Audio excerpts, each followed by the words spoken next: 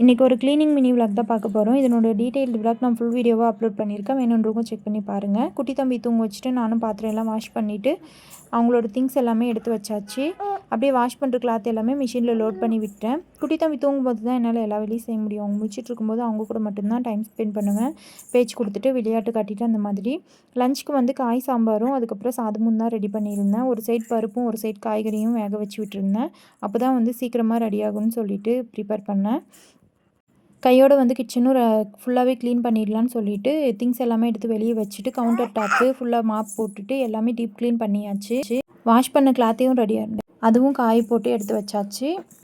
நானும் ஃப்ரெஷ்அப் ஆகிட்டு லஞ்ச் சாப்பிட்டு இருக்கிற திங்ஸ் எல்லாமே வந்து ரீஅரேஞ்ச் பண்ணி எல்லாமே எடுத்து வச்சுட்டேன். ஈவினிங் பயங்கரமாக மழையாக இருந்தது. காஃபி போட்டு ஃப்ரெஞ்ச் ஃப்ரை தான் ரெடி பண்ணியிருந்தேன்.